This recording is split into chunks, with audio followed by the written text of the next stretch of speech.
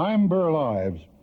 I'd like to tell you a story about the Israelites and the Philistines. It's a story of a very brave young man named David. It happened way back. Well, as a matter of fact, our story took place long ago when King Saul and an army of Israelite men fought bravely, trying to save their homes and their land from a warrior band of Philistines looking for slaves. One morning, when the air was still, the Israelite army camped on a hill, and the Philistines stood across the way. Nobody dreamed in the valley between the war would be ended that day. For out of the camp of the Philistine, a giant walked down into the ravine. The Israelites watched with eyes open wide. They couldn't decide whether to hide or just stand there terrified. The giant was over 9 feet in height.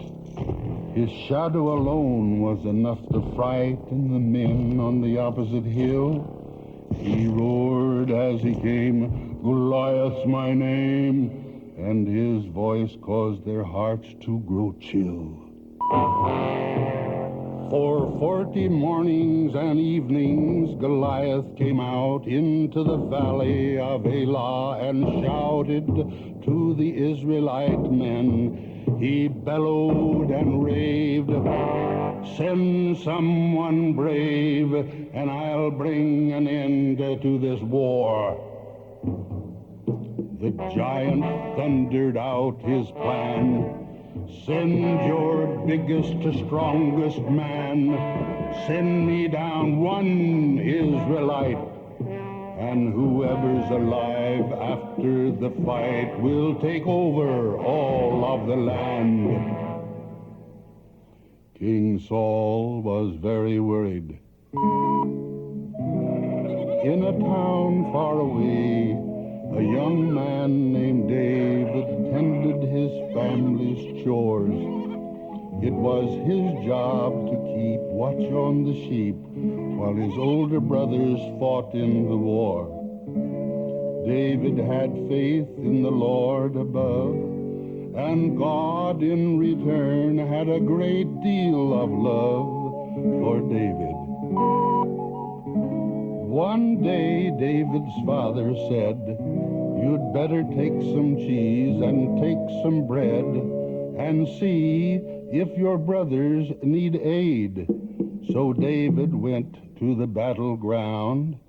Instead of fighting, the young shepherd found his brothers and the others afraid. David looked at the battle scene. The Israelites were retreating in fear because of Goliath the Philistine. And David said, "What's happening here?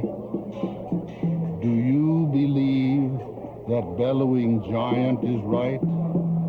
Said David, "I find it odd to think that he could win this fight against you, the soldiers of God."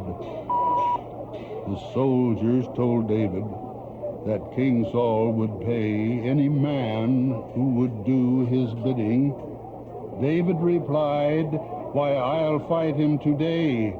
They murmured, "He's got to be kidding." King Saul summoned David to his tent and said, "Young man, I can't consent to a battle between you and that giant man. Do you know the cost? If you fought him and lost, we'd lose all, our homes and our land." But David looked at the king and said, "Doesn't it shock you that the giant should mock you and laugh at the name of the Lord?" Said David, "I'll go to the valley below and will not accept a reward." So David took his staff and sling and walked into the valley alone. He knelt on the way by a mountain spring and carefully chose 5 smooth stones. The Israelites watched David in wonder. The Philistines jeered and laughed out loud. Goliath roared like thunder. Is that boy the best of your crowd? You're a runt. You're small. You're no challenge at all. Goliath the giant scoffed. I will leave your bones, that stick and those stones, and let wild animals finish you off. David said, I am not mighty like you. Yes, small, just a boy, that is true. I don't put my faith in a sword. You'll soon realize that I don't fear your size. I have faith in the power of the Lord. A young man alone with a sling and a stone, and all the courage that he could command, started his sling in a slow whirling swing as God gave power to his hand. The sling whistled with mounting force. David aimed on a deadly course, straight for the giant's head. Goliath roared, now where is your Lord? He staggered, choked, and fell dead. The Philistines were awestruck. They panicked, they ran. David set about to finish the job he began. He lifted up Goliath's great sword, and you know what he did to make sure Goliath was dead. Then gave thanks to the Lord.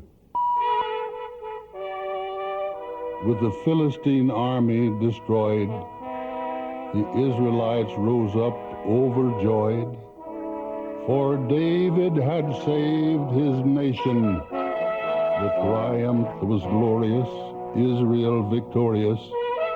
It was truly God's celebration.